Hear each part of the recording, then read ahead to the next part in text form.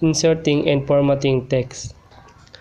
One of the most powerful features of Illustrator CX6 is the ability to use type as a graphic element.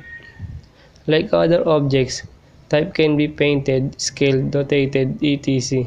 You can also wrap type around objects, make it follow a path, create type masks, import text files into containers, and modify the shape of individual letters in a block of type. To add type to a document, do the following. 1. Select the type tool from the toolbox. 2. Click and drag anywhere on the artboard to create a marquee for your text. 3. Use the character palette to use the font color, font size, etc. Note: to view the character palette, click Window and type in character.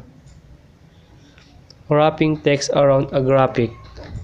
To make your work, for example a brochure, look professional, you may want to use text wrap.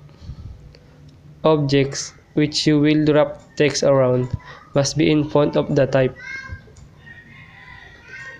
To make a text wrap, do the following.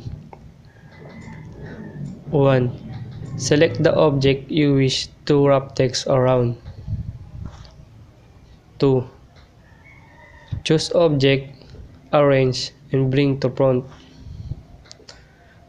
3. Choose object, text wrap, and make. 4.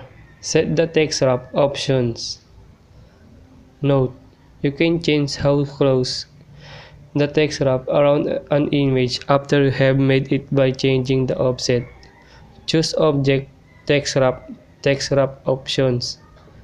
The lower the offset of the closer the wrap after your text wrap is set, you can move the object freely without resetting your wrap option.